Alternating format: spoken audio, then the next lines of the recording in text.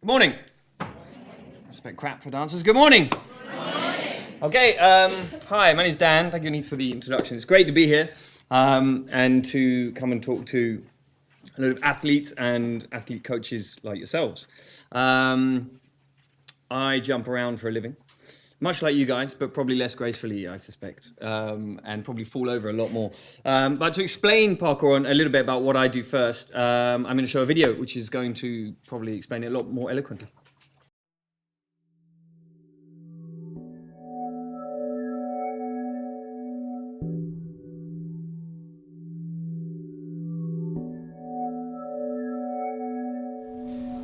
Parkour is about facing difficult situations and putting yourself in situations where you have to adapt and actually change to overcome them.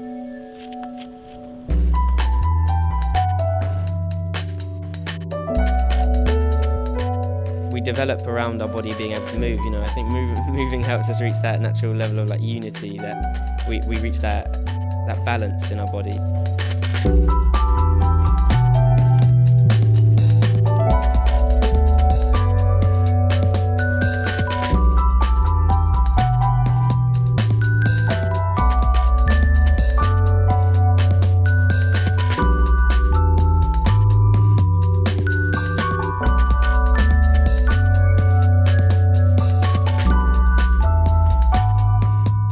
And it's just natural, it's natural movement, it's just using your own body, And it's quite rare to find a sport where your challenge is as much mentally as physically. So the biggest thing about parkour for me is that you're actually getting to work your mind, face your fears, and grow from a mental perspective as well as a physical one.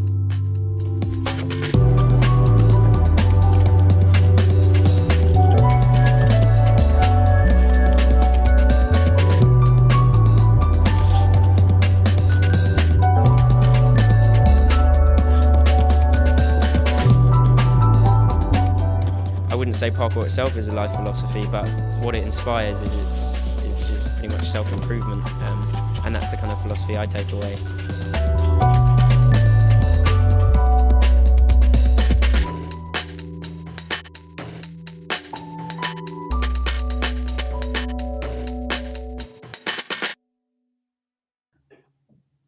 Okay, so do you want the good news or the bad news? Good news. Okay, the good news is you're not going to die today, probably. Do you want the bad news? Yeah. You're going to die. You're all going to die, okay? We're all going to die. And why am I saying that to start with? It's a bit weird, a bit morbid maybe, this time in the morning. But it kind of sets the tone because there's generally a culture nowadays, certainly in our industrialized societies, of trying to convince us that we're basically going to live forever. And that if we just don't do anything out of our comfort zone or step outside of the box or take this risk or take that risk, then we'll survive. And surviving is somehow really important to survive as long as possible. But obviously, hopefully you guys agree that surviving isn't that important. Living is really important. And I'm sure if you dance, that's the one of the key expressions you make. So it's good to understand that, the end of the day, you are going to die. We are going to end. So the most dangerous thing of all, the biggest risk, the risk of death or whatever, you may as well get used to that because it's not a risk, it's a certainty. So once you've got that in your head, you can kind of think, okay, right. So that's the worst that can happen. So I may as well actually try and live and start living. So, and that's what we do in parkour. It's very much an element of what we do. Is to seek, not seek danger, but to seek things that are going to help us grow and help us live, help us experience the moment. And that normally entails some sort of risk-taking, some sort of going outside of your comfort zone, going outside of what you know. And that innovation requires risk. To be able to innovate, to be able to do something new, means letting go of the old and stepping away from that, which is taking a risk. So I was asked here to talk about pushing physical boundaries and kind of open this up for the day. I'm not going to go into the details of things like injury prevention or injury management or all that sort of stuff, because all the speakers today are going to do that amazingly well, so I don't really need to do that.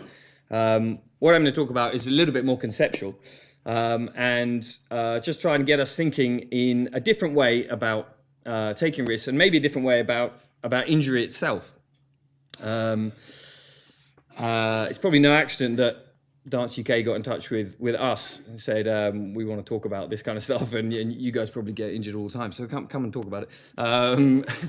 And we do get injured. Obviously, we're professional athletes, and we live a very physical lifestyle, and every now and again we do get injured. Who here has been injured in their career? Okay, probably everyone's hand goes up. If your hand doesn't go up, you're in the wrong place, because it means you have not been doing any physical thing in your life. If you undertake any physical activity for any length of time, you're going to get injured. Okay, it's the way it is. And that's fine. That's fine, as we're going to see. That is fine. So parkour is a discipline about sort of challenge, exploration, and adaptation. You've probably all seen it in movies and everywhere now.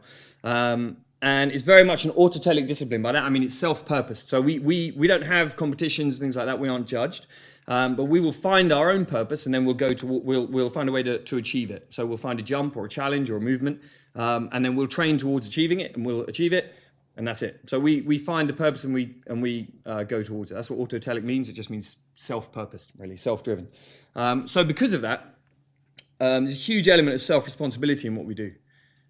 We take responsibility for our actions always, and if we do get hurt or get injured, then we accept that as part of the journey, as part of what we chose to do, as part of this choosing life, really, choosing risk, rather than, geez, I sound like train spotting, don't I? Choosing risk to keep going forwards. As part of what we do, we accept that responsibility, and in that we try to discover our potential. Certainly when I came to parkour, that's what I found. I've been doing martial arts, fighting disciplines since I was very young, and had become very confident in that area. So I was no longer really tested or pushed. So I think I got to the stage where I wasn't really afraid of what I was doing anymore, and I was very confident at it.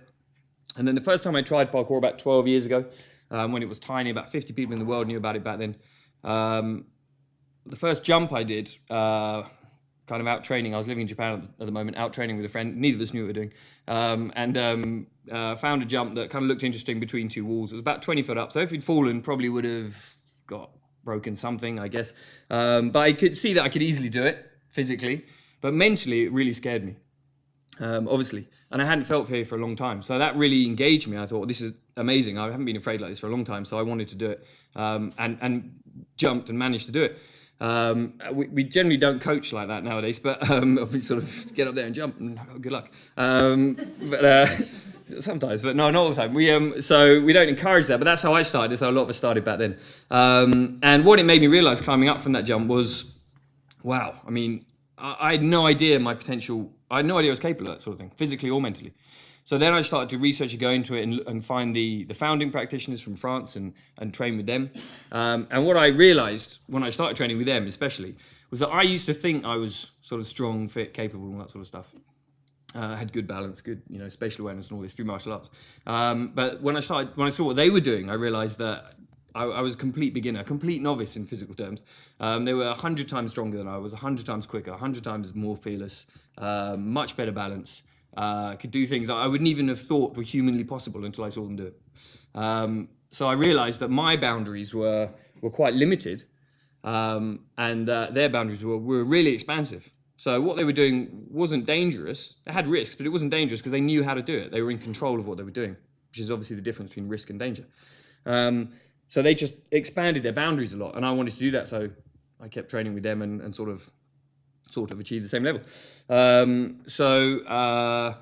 That was really eye-opening for me, and made me think about things completely differently. And then I began to understand the consequences of not pushing those boundaries, consequences of trying to do that versus not trying to do it. There are consequences to pushing boundaries. Okay, there are consequences to risk, in that sometimes risk by definition means sometimes you're not going to do it, you're not going to make it.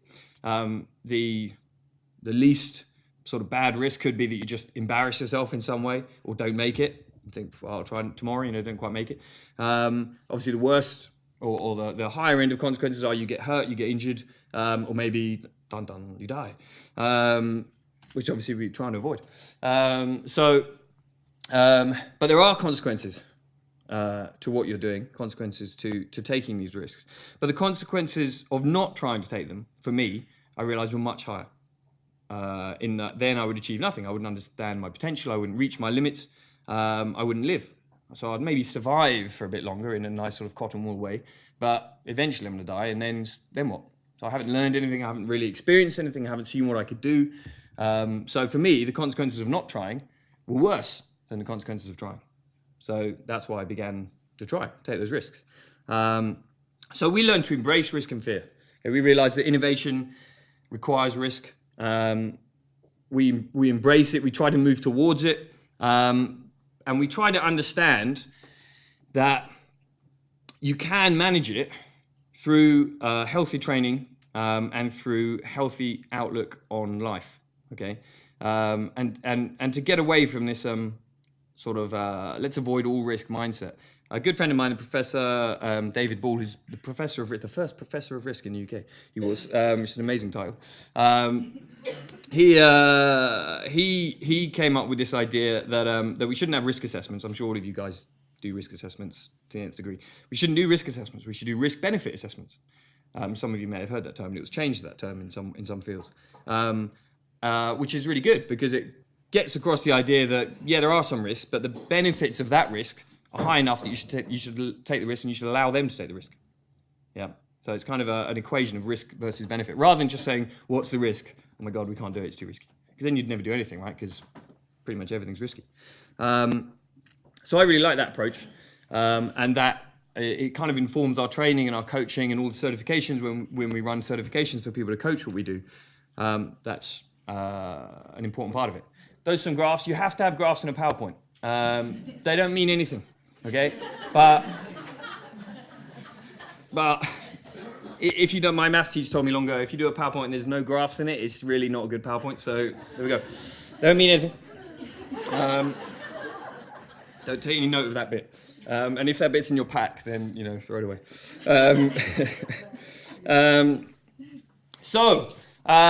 However, that does, what are you going to say about risk, however you're going to justify it, and you guys will justify it because you're athletes. You understand that there are risks to what you do. However you justify the risk, at some stage you're going to get injured. Okay, at some stage you're going to push that boundary too much because you want to, and at some stage it's going to come back and bite you in the ass, basically. But what is injury? I think it's very important to think about what is injury. We give it such a negative connotation, the word injury. It's immediately seen as a negative thing.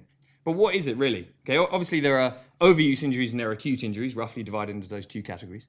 And they can overlap, one can cause the other, etc., etc. But what is it? All injury is really, is feedback. Okay, that's all it is. It's just feedback from what you've done. You do something, if you get injured as a result of it, it's just feedback that you have done something not as well as you could have. Yeah?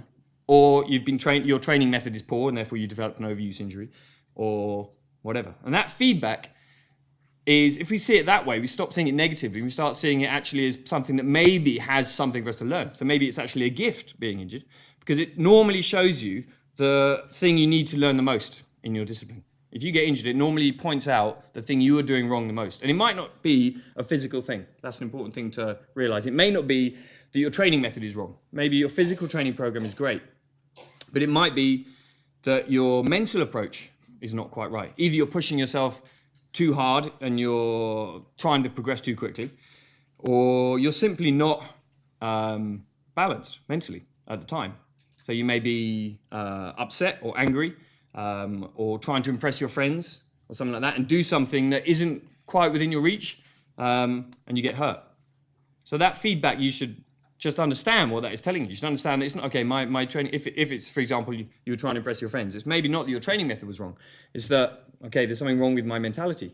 My ego got me injured there. And that's really, really important, because in my experience of training and coaching for 10, 12 years now in parkour, most of the injuries that happen, which are actually quite few statistically if you want to go into the stats, but forget the stats. Most of the injuries that happen, if you then ask the person to go into a little bit of detail about what they've been doing for the day before or the week before, or what's going on in their life, there'll normally be something going on isn't quite right. And they'll say, yeah, I had a really bad day today, or, yeah, my girlfriend left me, my house burned down, my car blew up, And in that case, maybe they shouldn't have been training, because mentally they weren't balanced. And we really understand the ancient Greek ideal of a healthy mind and a healthy body. We kind of see how important that is. Because it doesn't matter how fit and strong you are, if your mind isn't there, if you're not balanced mentally, it's not going to work. Something is going to go wrong. Okay, so we see everything in a very holistic sense. We understand that you have to train yourself physically as much as you train mentally. You must train mentally as much as you train physically, and try to find a balance. So if you find a good balance, a healthy approach to your training, so you're not driven by ego, you learn when to rest, you learn to take your time, you learn to progress at your level, then you'll be okay. Generally, people like that, they don't get injured very much. They'll progress for years and years and years in very high-risk disciplines and never be very injured. And then you get people that train in low-risk disciplines who get hurt all the time. And it may be just to do with their mentality. So that balance is really everything for us. And we think you've got to train the whole. Okay, you have to train the whole of yourself as a being. Whole, the etymology of the word whole is the same as health. Okay, health, if you trace it back, just comes from the Old English word whole. So to be healthy means you must be a whole individual. Okay, mentally, physically, spiritually, however you want to see it. But you've got to train that whole. You must train it as a package. If you do that, much less likely to get injured, in my experience. So, also if you do that, you're able then to engage with risk. Okay, because you're kind of centered enough to look at something and think, this is risky, yes, but I can manage it. I have the skill, the ability to manage it. I know I'm kind of ready. Physically, mentally, I'm at that stage where I can take this risk. So I'm going to go for it. So you become kind of risk confident. Yeah. Not risk averse. You become risk confident. And then that makes you safer. Okay. Doesn't make you more dangerous. This whole view that people that take crazy risks, the extreme sports and all that, as they're called, high risk, actually they're not. They're really not, because those people are not, most of those practitioners are not adrenaline junkies. We're not adrenaline junkies at all. If we have lots of adrenaline coursing through us, then we can't pull off fine motor skills. And if my fine motor skills go out the window at 100 feet in the air, it's not going to be good. So we don't really like to have adrenaline flowing through us. We have to be quite calm and meditative when we move. Probably the same as dance. So all we are is risk confident. We're just aware that we can do this. Yeah. We're very good at making the calculations, and then we do it. So very few people ever get injured in parkour at high levels, for example, when you stuff you see in the movies and the videos, when we jump between buildings, etc. Very, very rarely does that get anyone hurt amongst the real practitioners, because they know they can do it. They're 100% sure they can do that. 99.9% sure. Most of the injuries happen at ground level when people are trying stuff they're not sure about, or they're not concentrating, or something else is out of balance, out of whack in their mind body. So be risk confident, find your balance. Generally, that way, you're going to be okay. But you have to also understand that no matter how balanced you are, no matter how good you are, at some stage, you're probably going to get that feedback. You're probably going to try something that you weren't quite ready for, or something that was just beyond you, and you might get a little bit injured. Yeah? Or you might be pushing your body so hard from the training you're doing as an athlete for so many years that eventually something wears out. Okay? And that's just feedback. That just teaches you, okay, now I have to change my training method. I have to adapt to that. I have to look at what caused that. So just see it as feedback. Yeah? Once you start doing that, you stop to see it as a negative thing, and you start to engage with it as actually a positive thing. You start to see injury as kind of a blessing, kind of having a lesson for you, and that, great, this is going to teach me something. I need to know this, and I can overcome it and adapt. The human body's amazing. You can overcome almost any injury. I'll adapt to that. I'll deal with that. But I'll learn, I'll take that message from it, and I'll be better for it at the end. And I think that's the aim of all athletes, is just to keep improving. Self-knowledge, self-improvement. And the knowledge you're going to get from everyone today, throughout the course of the day, I think is really good. I'm going to hang around for that, because the information looks amazing. And all that stuff is really important, all the detail that you can go into in terms of good nutrition, good training programs, lots of rest, how to have active recovery, all this kind of stuff that athletes need to know and need to coach. Really, really important. But let's try and keep it in the framework of feedback. Yeah, don't see it as so much as a negative thing. Let's try and understand that everything we do just gives us feedback, and that way around, probably engage with it more healthily. So thank you very much. I've been Dan Edwards, and I'll be around for the rest of the day. So if any of you do want to have any talk about parkour craziness or how to jump off buildings, then come and see me, and we'll talk later. So thank you very much.